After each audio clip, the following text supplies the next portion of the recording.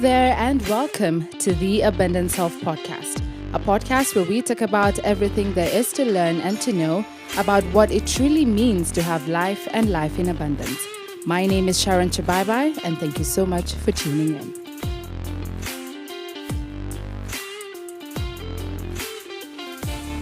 Hello, and welcome once again to the Abundant Self Podcast. Karibu sana. If this is your very first time here, my good name is Sharon Chibai, and I hope that by the time you're done listening to this episode, that you will have made a decision to be a part of the Abundant Self community. But yes, I hope you're doing well. I hope that the month of July has been treating you well. For me, it's been extremely cold.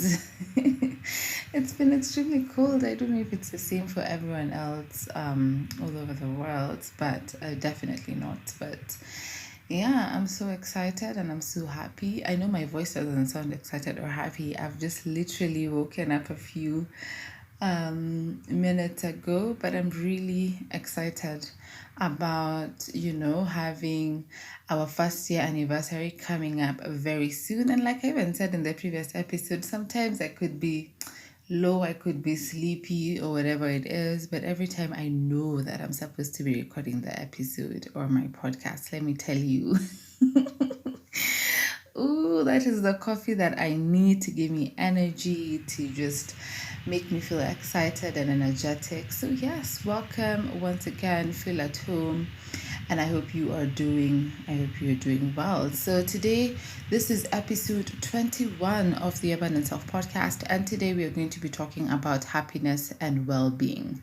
Yes, we're going to be talking about happiness and well-being and how that ties to living a life of abundance.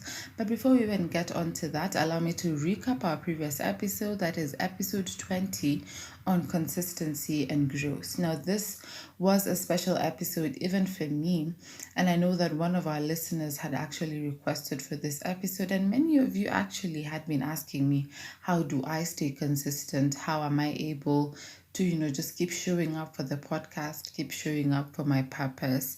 And for that episode, yes, I always like to say this, I don't always have the answers. I mean, it's not that I have everything figured out, but just having that conversation and asking ourselves those provoking questions just helps us to figure these things out together.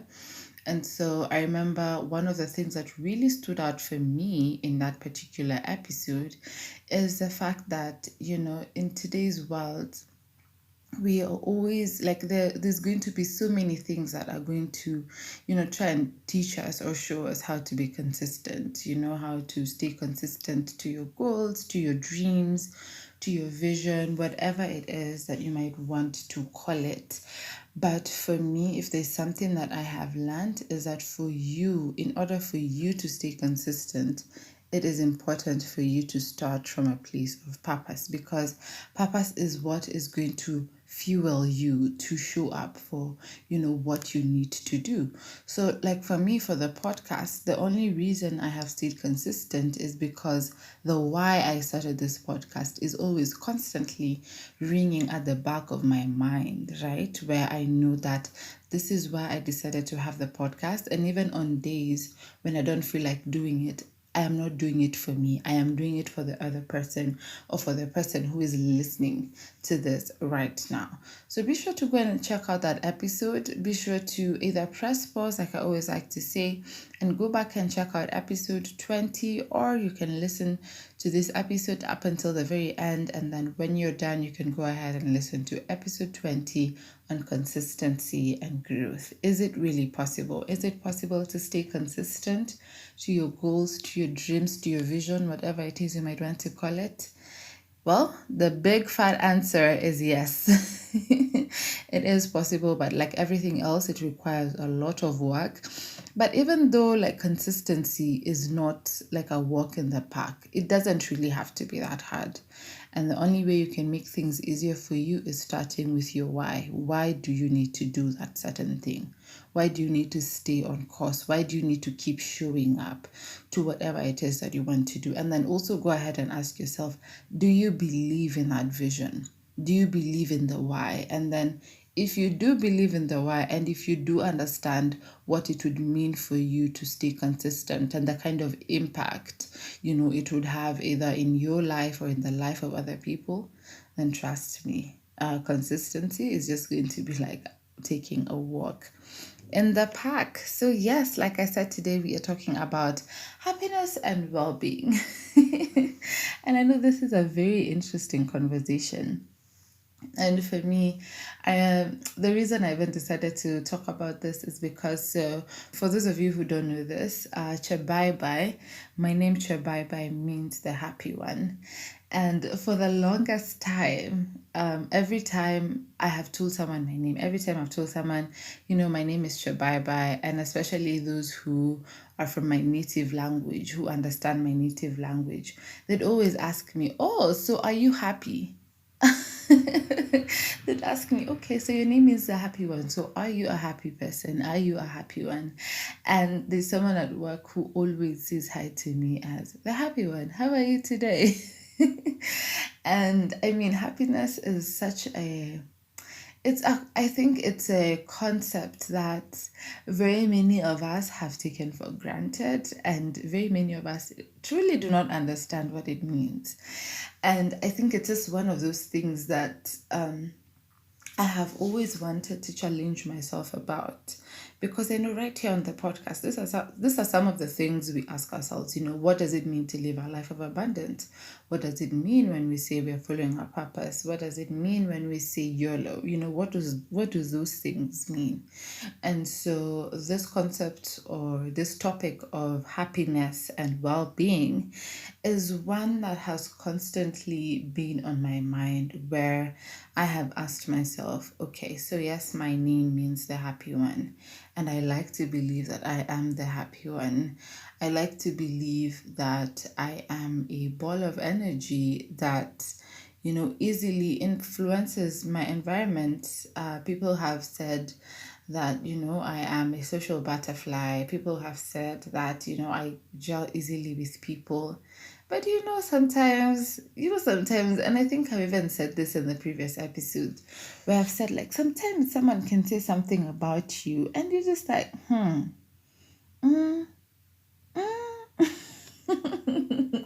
yeah. So that is partly what inspired the conversation of happiness and well-being. And then something else that also inspired this conversation is that a couple of weeks ago, I was meeting up with my friends after work, and one of them asked us a very interesting question. And he asked, how would you rate the quality of your life right now? Right? If you were to look at your life, and of course, there are a couple of things that will influence the quality.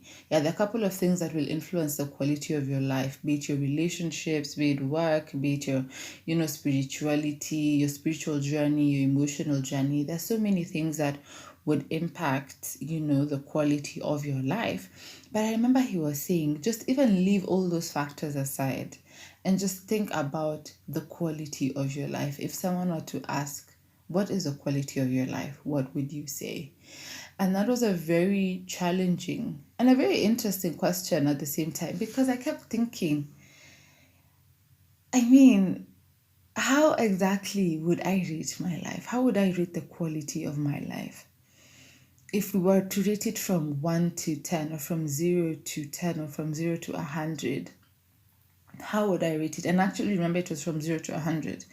And I kept feeling like I'm in the 60s, 70s, thereabout, because I can't honestly say that, my life, or rather, the quality of life I want is the one that I'm currently living right now.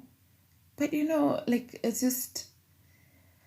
I just kept thinking, why then am I not at that 100? And why, of course, the question is, why do you think that you're not at 100? Why do you think you're at 60, at 70, at 50, at 10%? Those kind of questions. And for me, I think something that really influences the quality of my life, something that I can say for sure plays a big role in determining the quality of my life, is simply my well-being. my contentment, my satisfaction. That kind of thinking is what was coming, like that is the kind of thinking that I was using to determine the quality of my life, where I was saying, am I truly experiencing whole well-being? I don't know if that makes sense. Where I'm saying, when I look at my emotional life, how is that looking like? When I look at my spiritual life, how is that looking like? When I look at the relationships that I have with the people around me, my social life, mentally, health wise, and what have you. I mean, all these things, they influence the quality of my life. So, and then another thing, of course, and I think it also goes ahead to, if I just, how do I put this? Just to link to the conversation that we had on identity, saying how we said that, what the kind of things that we peg our identities to, they really have a huge impact, the kind of lives that we live. And for me, something that, has been a huge part of my identity is my name. And I know it is the same for every other person, where you're told, your name, especially for us Africans or whoever it is, really. We usually have names that, are tied either to the time we were born, that are tied to the day, that are tied to, our character from birth. That is assuming that it is possible to tell out the character of a newborn from birth. But, such like things, those things usually have a huge impact on our identity. And like we said on that particular episode, is that it's important to really look at these things and understand, is it okay for me? Is it right for me to peg my identity on such things? So I came up with a couple of questions that I'm going to be answering, and as far as happiness and well-being is concerned.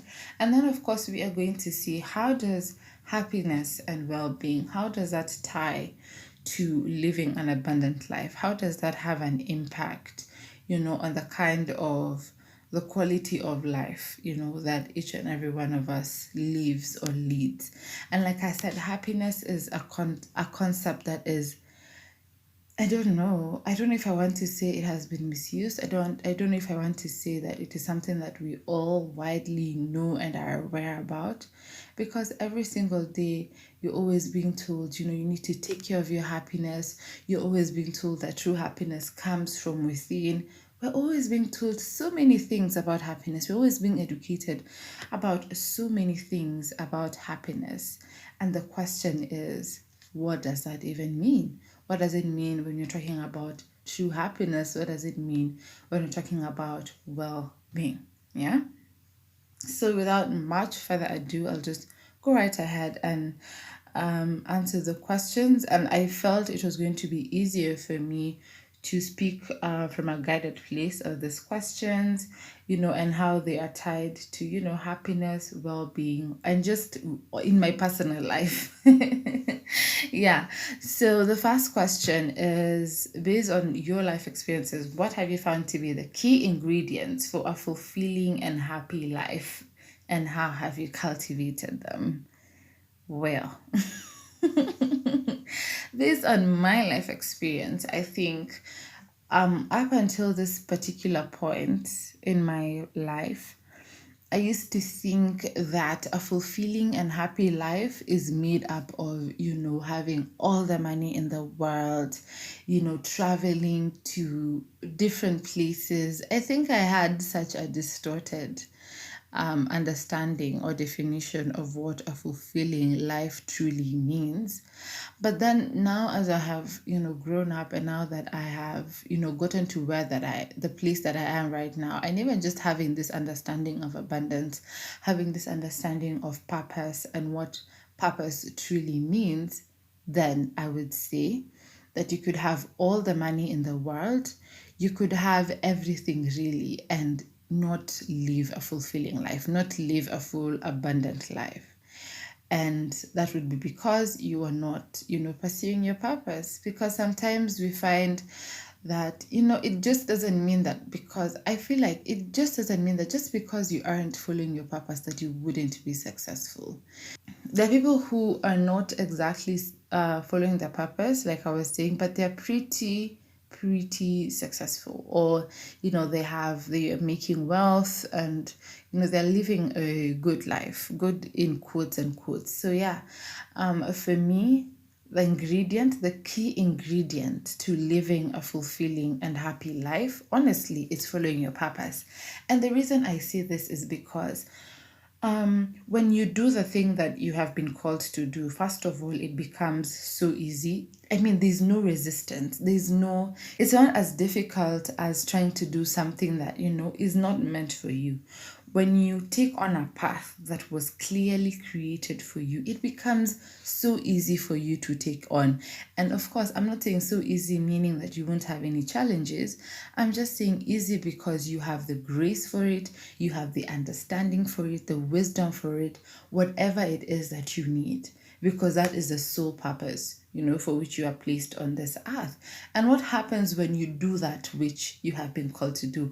Automatically, there's going to be, joy, you're going to feel happy, you're going to feel fulfilled, and that is going to automatically impact, the quality of your life. That is going to automatically impact your well-being. So that when someone looks at you and they're like, wow, clearly whatever this person is doing, clearly it is working out for them. And sometimes you can always tell from the outlook of someone. Sometimes you don't have to be smiling and laughing to seem happy. And I mean, that is what happiness has been defined, right? Where if I'm not happy, if I'm looking like I'm sad, or if I'm looking like, I I'm deep inside, or whatever it is you might want to call it, that I'm not happy. But sometimes you can just tell from the outlook of someone that this is someone who is happy. This is someone who is fulfilled. This is someone who is contented. So yes, the key ingredient, according to me and based off of what I have experienced, is that in order to live a fulfilling life, a happy life, just simply follow your purpose. Simply walk in purpose. Yeah, because in today's world, it has always been about, go to school, get good grades, get a job, get a well-paying job, and life is going to be good. But how many people have actually gone through that journey? How many people have actually walked that journey and, have not experienced happiness, fulfillment, and, their well-being is also not that good? Yeah. So that is the answer I would give to that question. The other question is, how have your social connections and relationships impacted your happiness, and what steps have you taken to nurture and maintain them? Now, I think this is something that I have constantly said here on this episode, and that is that no man is an island, and that we do not exist for ourselves. Like, you literally have not put on this earth to pursue your own desires. You have not been put on this earth to pursue your own needs, but the needs of others. Literally, we have been created to be of service to God and of service to man. And because of that, we are always constantly going to be in situations where we need people to lift us up, or we are the ones lifting people up. We need each other, if life is going to be what it is meant to be. I mean, think about issues of, for example, every time when you talk about mental health, something that we are always being told is talk to someone, either go for therapy or just find someone to talk to, to just help ease off that burden, ease off that load that you have in your heart, or whatever it is you might want to call it. And so for me, I think I have been privileged, or rather blessed, actually. Let me just say I have been blessed to have good quality connections, because again, at the end of the day, we are talking about having relationships that, truly add value to our lives. And I mean, everyone knows this. Sometimes you find that your overall well-being is being affected by the kind of people you actually have surrounding you or around you. And sometimes it could be the people that you have around you are the ones who are pulling you down. Sometimes it could be that the people you have around you are the ones who are lifting you up, right? And I know the other day I was telling my friends that I honestly, I have been in a season, or rather, I have found myself in seasons where I have gotten friends, I have been in relationships that I needed for that particular season. It could be, I don't know what example of a season that I could give, but I could be going through a season of transition, for example, and somehow I will have a friend that will help me walk in that season. I will have a friend who will, encourage me during that time. I will have a friend who will, be the one to keep me accountable. And that is something that many of us take for granted. So that has truly that has truly had an impact to the kind of quality of life that I have had, and overall to whether or not I am happy. Because when I sleep at night and I know that there's someone who has got my back, that makes me feel at ease, that makes me feel at peace, and that makes me feel happy. And this is something that also my mom is always talking about, and she has kept saying it over and over again, that relationships are the greatest currency, even more than money. And I know that we have had this before, where we're saying that sometimes you really do not need, you could have all the money in the world, but if you do not have the right relationships, honestly, then the quality of your life cannot be at 100, right? So relationships are the greatest currency of all. And so it is important to invest in the right relationships, invest in the right, the right people, have the right people around you. And that will automatically, have an impact on the quality of your life and your well-being. And how do you nurture these relationships? How do you maintain these relationships? I think, again, it's just that idea of, you do not exist for your own selfish needs. You do not exist for your own agenda. And something that has really helped me most times is asking myself, okay, how sometimes you're always saying how you need good friends, but also you yourself need to sit down and understand, how can you be a good friend? How can you be that supportive friend, supportive partner, whatever it is you might want to call it. So nurturing them will take a lot of vulnerability. Nurturing them will take a lot of even stepping out of your comfort zone, because again, human beings can be difficult to love. Human beings can be difficult. And I'm just imagining even the way God loves us, seeing that every time we keep going back to the same things, to the same pits that He pulls us out of. But it's just an example that we can follow, that it requires of us to be patient, it requires of us to be kind, just really practice the fruits of the Holy Spirit. And that is the only way we can nurture and love and maintain these relationships. Yeah, so the other question is, in your personal life, how have you effectively managed stress and promoted mental wellness in your daily life? Now, to be honest, this is something that I am still struggling with. I cannot say that I have hacked this. I honestly cannot say that I have hacked this, because I think I have come to understand and realize growing up. I think when you sometimes as you grow into yourself, you get to really understand and know yourself. And for me, oh my days, I think I spend a lot of my time in my head.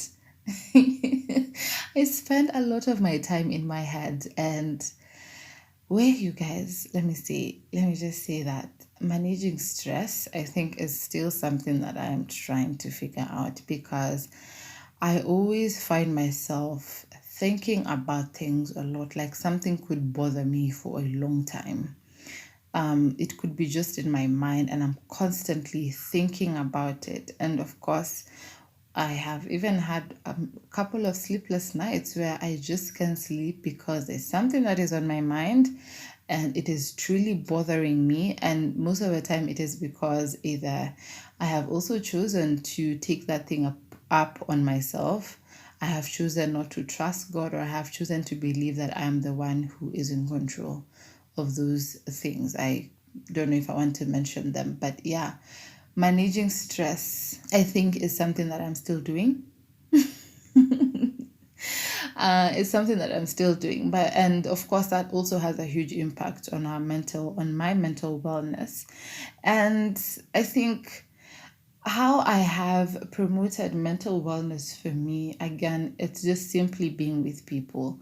Sometimes I could be having a very hectic and very stressful week, and how I ensure that I'm staying sane is just finding those little pockets of time to just be with my people, have conversations with the people that I love and my friends, and just sometimes it may not even be necessarily telling them what is on my mind or telling them what's bothering me, but just being in that environment, just listening to other people talking about either what I'm going through, talking about, how my week has been, for example, usually helps me to just stay sane, to just be in touch with myself, be in touch with my emotions. And it's actually during those times when I'm listening to other people talk that I also get, and just listening to other people's experiences, that I also get the chance to also sit back and just see how those experiences can be used in my life, and how I can just use the same experiences in a particular situation in my life, and see how that would improve my overall well-being. So yeah, I'd say that it just managing stress, I am still learning that. I will not lie and say that I have learned how to effectively manage stress, but I will say that the way I have promoted mental wellness is by just being with people, and also just spending time with God. I think that is another thing that helps, actually, just spending time with God and spending time with people, and just getting to be vulnerable. I think that is something that is really very hard.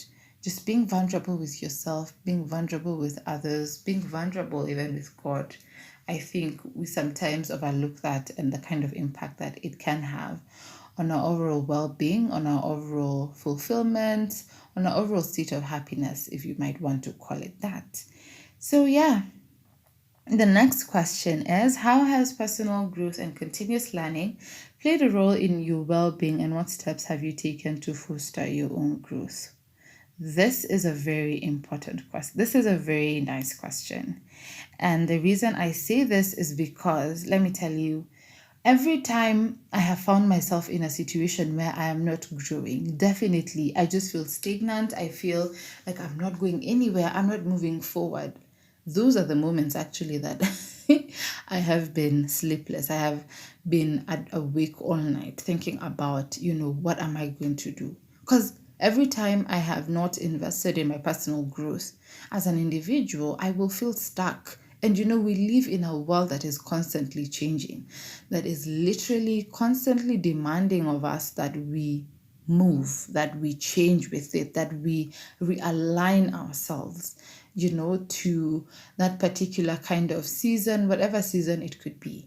So personal growth and continuous learning, honestly, it is something that I have taken very seriously. And I know in the past I have found myself even taking so many online courses, or just engaging myself in conversation, or putting myself in spaces where I am truly being challenged to move, to grow, to adapt, to evolve, and all this, of course, to become a better person and to help me pursue my purpose even better. Because again, that is the number one drive for personal growth. I think for me, it's always about, how do I pursue my purpose, or how do I take on my purpose in a much better way, right? And that is what usually inspires, okay, what areas then do I need to grow in? And like I said, because true happiness, I think, true happiness is tied to our purpose.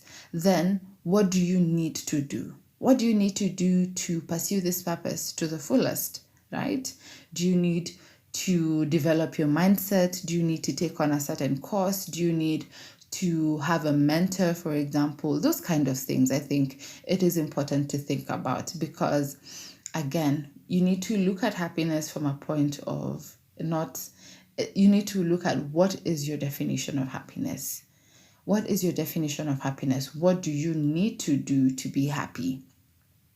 And how will you then maintain that?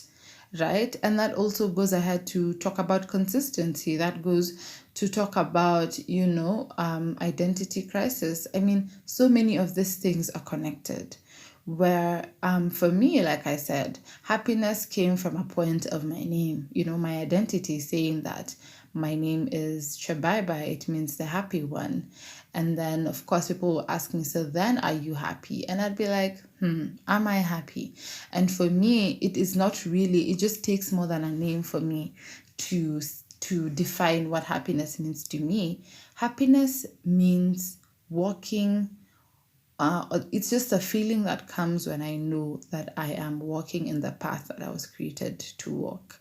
It's the feeling, it's the after effect of living out my purpose. It's the after effect of, following God's purpose for my life. It's as simple as that, because usually when I do that, there is fulfillment, there's contentment. When I do that, truly I am living out the absolute best version of myself, and the absolute best version of myself is happy, is contented, is fulfilled, and has an overall well-being. I mean, there's an overall wellness to the quality of my life. So personal growth and continuous learning for me is it comes as an enabler, to pursuing my purpose. I don't think I will invest my time in anything that will not help me pursue my purpose all the more. I will not involve myself in anything like that, because again, none of us know how much time we have on this planet. And this is something that really keeps me in check most of the time. So I don't want to waste my time doing things that will not help me, achieve my purpose. I want to spend time growing and learning, continuously learning things that will help me or enable me to pursue my purpose even better. So yeah, it's just taking a step back and saying, what is your purpose? And you can go back and listen to the episode on discovering purpose. What is your purpose, and how do you discover your purpose? And then after you have discovered your purpose, go ahead and ask yourself, okay, what do I need to do to be able to give this purpose, or give this activity, this vision, this dream, the kind of seriousness, the kind of, competence that it desires, the kind of excellence that is desired, and then go ahead and invest your time in learning and growing, having conversations that provoke you to just expand your mindset and to just be a better person. And honestly, I think that is going to ultimately have an impact on your happiness, on your overall well-being. Yeah, so the last question is, considering your own journey, how have you found balance and prioritized self-care in a fast-paced world? And what tips can you share with others? Oh, my days. Well. This is yet another one that is very difficult for me. Oh, my word. How have I found balance and prioritized self-care? And the reason, of course, this is important is because in life today, and like the question says, it is a fast paced world. I mean, the world is constantly changing, and there's so many things that, make us who we are, from our families, our relationships, our places of work, our mental well being, our emotional well being. And most of the time, it is always important to find a sweet spot, or rather a place where all these things are functioning at their optimum. And truly, that is how one is able to live a full life. You can't say that you're living a full life if one area of your life is lacking. Living a full life means that you are living a full life spiritually, mentally, emotionally, physically, whatever it is you might want to call it. Like, it has to be a collection of all this into a whole. When we're talking about a bread or a cake, the cake is full when all its parts are together. But a cake is not full if there are parts of it that are missing, right? So even when it comes to living a full life, we have to be operating at that sweet spot where everything is functioning as it should. And that means finding balance. And finding balance is difficult. It is difficult to be in a position where everything is functioning at its optimum without one suffering or without one bleeding into the other. Most of the time, we find, even in our daily lives, that we are maybe so concerned about maybe looking for money that we neglect our emotional lives, that we neglect our spiritual lives, that we neglect even our mental well being, whatever it is you might want to call it. So, how have I found balance? I think, again, it just goes back to the kind of relationships that I have and even the way I have structured my life, so that I know, okay, for me to grow spiritually, what do I need to do? For me to grow mentally, what do I need to do? For me to grow emotionally, spiritually, for me to even have a healthy life physically, what do I need to do? So, based on my own journey, I have found balance to be difficult, but I have also found that it is possible to find different support systems for the different areas of your life. It could be spiritually, you could have a different support system for that. It could be mentally, it could be emotionally. You could have different, or you could even have the same support system that helps you to stay on track, that helps you to achieve that balance, no matter how hard it may be. And of course, prioritizing self care. And this is something that many of us, again, I think this is another thing that has been taken out of context so many times, and something that we need to truly understand. What does it mean when talk about self care? I think for me, it is mainly about how I am the only person, again, going back to purpose, I am the only person who can pursue the purpose that I have. Or I am the only person who can do what God has placed me on this earth to do. And if I am to do that, it is impossible. It is important for me to take care of myself, right? To take care of myself, to take care of those different parts of my life that make me a whole being, right? It is important for me to take care of my mental health.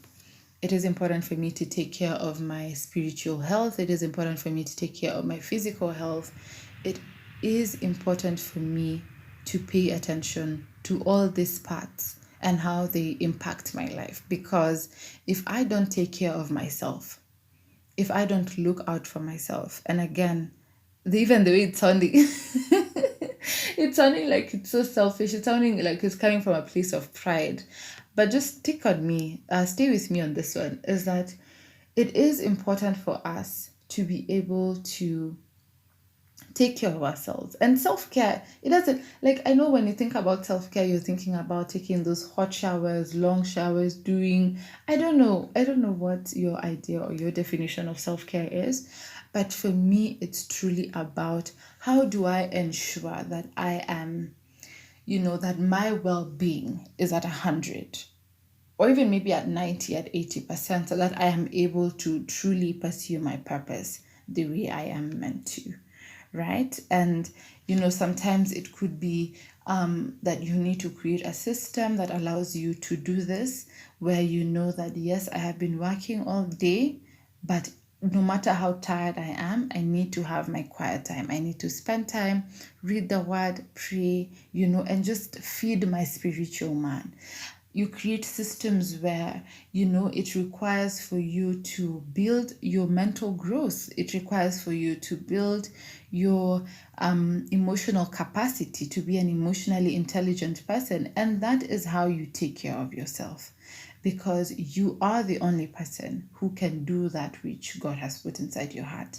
Sometimes people, and I know we even said this in the previous episode, sometimes people will not understand your vision. They will not understand your purpose. And the reason they won't is because they don't even know, how can someone do this, right? But because that is a vision that has been planted in you, you need to guard it. You need to also guard yourself. Guard your heart. And there's the verse in the Bible that says, guard your heart, for everything you do flows from it. That is self-care. Take care of yourself. What are some of the things that are influencing how you think? What are some of the things you're feeding your mind with? Again, going back to the conversation of being mentally attractive. All these things are self-care.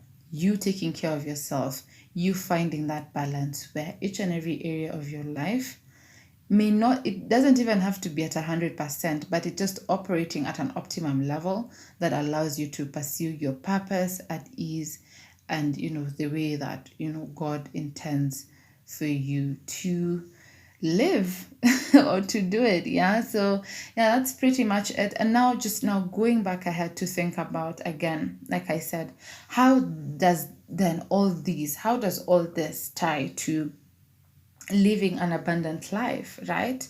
And what I would say is that when we prioritize our well-being, I think when we prioritize our well-being, and actively cultivate happiness from a place of, pursuing our purpose, pursuing fulfillment, and of course this will of course come with a kind of the way in which we pursue our purposes, we will definitely create a solid foundation for living a full and abundant life. Because, like I said, when it comes to having a full life, when it comes to having a whole abundant life, there are different aspects that play into it.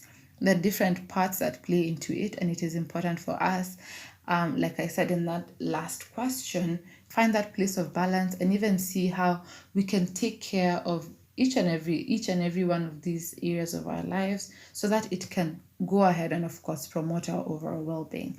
So when we do that, when we prioritize our well-being, honestly, when we prioritize our well-being, we are creating a solid foundation for living a full and abundant life. Because if the quality of your life is not so well, then it means that either you're not taking care of yourself, or maybe that you are not taking the path that you have been called to take. And again, how do you find that? I think I said this in the episode on discovering purpose, is just thinking about what are the things that you can go ahead and think about, the things that may become easily for you, the things that, really tug at your heartstrings, something that you look at and say, I need to do something about this. And just spend more time with God and help Him, and just let Him help you understand, why did He put you on this planet? Because every one of us was put on this earth for a reason. None of us was created to eat, sleep, pay bills, and die. There's something absolutely incredible that each of us has been put on this planet to achieve. So again, well-being will encompass, various dimensions, various aspects of our lives, like I said, including our physical, our mental, our emotional, our social aspects of our lives. And when all these things are balanced, when all these things are thriving, they contribute to that sense of fulfillment, that sense of purpose, that sense of abundance, that sense of happiness, honestly. So that when someone asks you, are you happy? It's not because you are laughing, it's not because you were smiling, but it's because when you take a step back and just look at these various aspects of your life, seeing that balance, that sense of fulfillment, then you can confidently say that, yes, I am happy, or yes, I have struck that point of fulfillment, that sense of balance, that sense of living a full life. And yeah, so living a full and abundant life, again, involves finding meaning and, finding purpose, pursuing your personal growth, nurturing positive relationships. And I know we have even talked about this in this episode, and experiencing a sense of fulfillment in all these different domains. Again, you can say that you are living a fulfilled life if you're not fulfilled in one area of your life.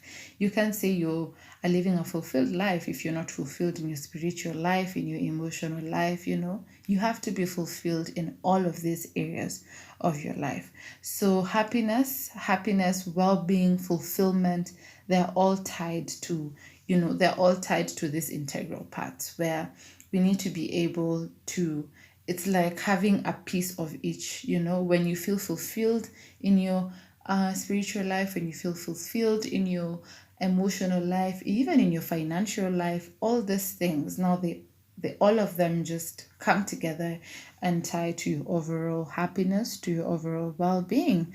And again, the scripture reminds us, I think, and I know this is something that we are keen on our podcast, is that we are not again talking about these things from a place of head knowledge, but just also looking at what does the Word of God say about happiness? What does the Word of God say about well-being? And, the Word of God reminds us that true happiness, it comes from our faith.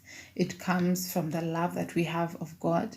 And there's this verse that I like that says, delight yourself in the Lord and He will give you the desires of your heart. So where if you find joy in God, if you find joy in His Word, if you find joy in who He is, then automatically He will give you the desires of your heart.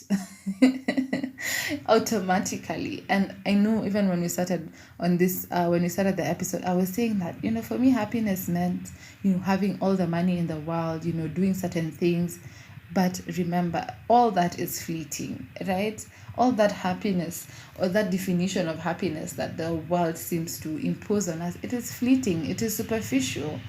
And when you compare that to the happiness that we find when we pursue the purpose that God has put in us, when we just pursue our love for God, that is a happiness that I want to have, right? That I want to experience in my life. So yes, that is that is basically it for today's episode. I hope that you have found this episode valuable and useful. I know this has been a different approach than the one that we have been used to, but yes, I wanted to just give it a little a new sort of angle to talk about happiness and well-being, so that it's not about me telling you what you need to do to be happy, but just also going back into my life and seeing what does happiness meant to me, what does well-being mean to me, or what has it meant to be, and of course tying that to living a life of abundance.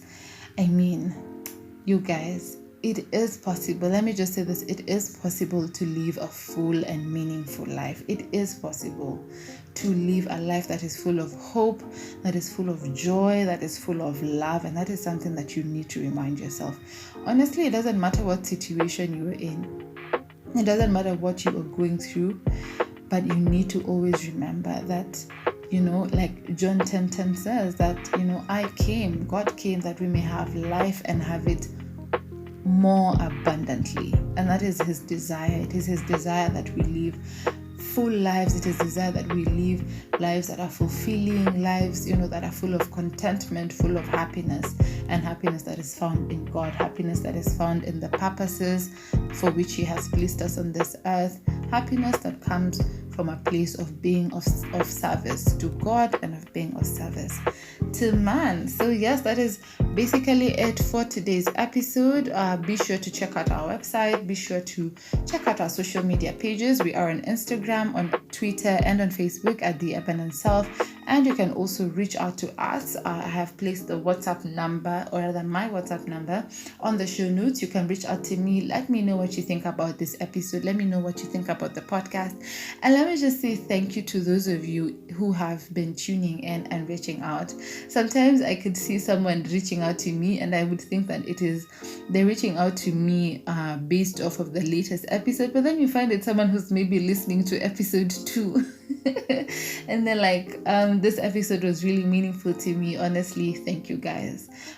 What I like about this podcast is that it is limitless, it is timeless, and that you can always go back and listen to the episodes that we have so far. And I know, like we've mentioned in this particular episode, we've mentioned about the episode of being mentally attractive, the episode on discovering purpose, the episode on self-love. I think we've touched a bit on self-love and self-care. You can go listen to that episode. We have even talked about the episode of identity crisis, and of course our previous episode on consistency and growth. So be sure to listen to those episodes. Let me know what you think. I've also placed a feedback form on the description, on the show notes. I've also left a description. I have left a link to the feedback form on the show notes. I'm sorry guys, I'm just seeing my time is going and I need to get ready for work. So all of a sudden I'm confused. But yes, be sure to check those out and let me know what you think about the podcast.